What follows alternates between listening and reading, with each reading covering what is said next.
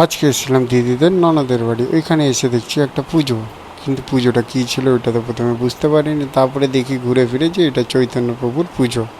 চৈতন্যপ্রভুর পুজোটা খুব ভালো মতনই এদের বাড়িতে প্রত্যেক বছর মতন হয়। তো আজকে এই যে আমি ফের চলে এসেছি, তো অনেক দিন বাদে ফের ব্লগে এলাম। তো এখন আমার হিরো কোথায়, হিরোকে দেখার জন্য যাচ্ছি। কিন্তু হিরোকে, আমি আছি এক জায়গায়, হিরো আছে আর এক জায়গায়, কিন্তু ওইখান থেকে হিরোর কাছে আসাটা খুব মুখের কথা নয়। তো বারবার এসে একে দেখতে হচ্ছে, কেন কি এইখানে আশেপাশের বাচ্চাগুলো সবাই এর পাশে এসে বসছে, ফটো তুলছে। আমি শুধু ভয় যে কেউ স্ক্র্যাচ না করে দেয়, ব্যাস। তারপরে চৈতন্যপ্রভুর এখানে এসে দেখলাম যে সবাই ঘোরাফেরা করছে, কিন্তু কেন করছে, কিসের জন্য করছে, কিছুই বুঝতে পারছি না। লাস্টে জানতে পারলাম যে এইটা ওদের নিয়মে আছে, যে গান গাইবে আর সবাই হাত তুলে নাচানাচি করবে, বাচ্চা থেকে নিয়ে বয়স্ক কাকুদের থেকে নিয়ে দাদা জামাইবাবু জামাইবাবুর ছেলে সবাই আছে। এখানে দেখুন একজন কীর্তনের মতন বাজাচ্ছে, এই যে হচ্ছে চৈতন্য মহাপ্রভু। দেখেছেন এখানে হচ্ছে বাতাসে আছে, বাতাসে এগুলো হরিলোড হয়। ইনি হচ্ছে এখানকার যিনি দায়িত্বে আছে উনি। এবারে যারা যারা আছেন ওরা সবাই এখানে এর মধ্যেই থাকে। এটা হচ্ছে আমার জামাইবাবু, আর এর পাশে হচ্ছে হলুদ শাড়ি পরে এটা হচ্ছে আমার দিদি। তো এবারে এখানে দেখুন এই যে গরিব মানুষ আবার চলে এসছে। তো এর পেছনে যতগুলো আছে সবাইকে দেখুন নাচানাচি করেই যাচ্ছে। আমাকে খুব ভালোও লাগছিল। এর মাঝে দেখলাম বাবাকেও হাতাহাতি করতে, বাবাকে দেখে খুব ভালো লাগলো আমার।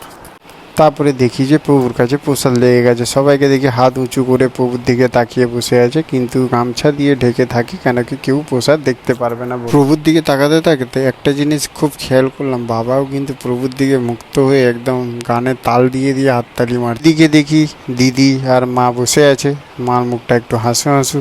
তারপরে দেখি এইখানকার একটা জাগ্রত ঠাকুর, এই ঠাকুরটা এখানকার খুব নাম করা। এই ঠাকুরটাকে এইখানে দেখার জন্য সবাই আসে, আর সাথে এখানে খাওয়া দাওয়াও চালু হয়ে গেছে। এটাকে মচ্ছব টাইপের জায়গা বলে, সবাই মচ্ছব বলে। এর মধ্যে আমিও মাথায় তিলক ফিলক লাগিয়ে নিয়েছি। লাগিয়ে নিয়ে এই দাদাকে দেখছি খুব ভালো মতন ঢোল ফোল বাজাচ্ছে, এখানে গান ফান বাজাচ্ছে, খুব ভালো লাগছিল।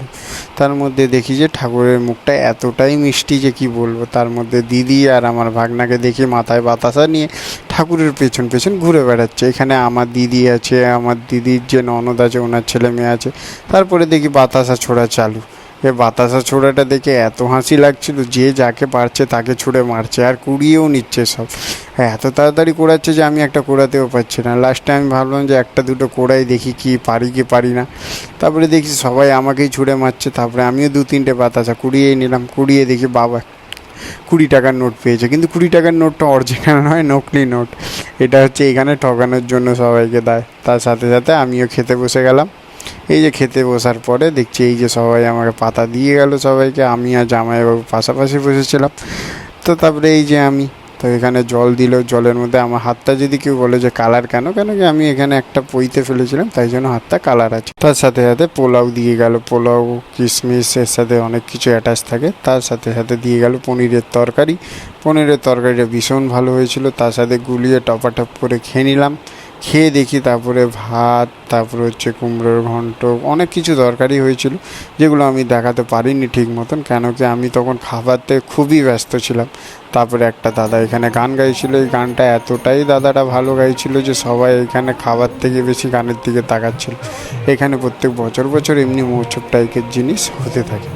তারপরে এই জিনিসটা দেখে তো আমার ভীষণ ভালো লাগলো। এটা কি করছে প্রথম তো 1-2 মিনিট ভাবলাম।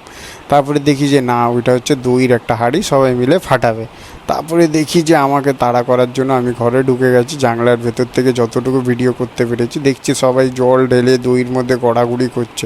এই দেখে কি যে হাসি আমি ঘরের ভেতর থেকে। আর যদি আমাকে ধরতো, কেন কি আমি হিসেবে শালা হইতো, তো সবাই জামাইবাবু হয় হিসেবে, তো আমাকে ধরলে কিন্তু একদম কাদায় ফেলেই দিত।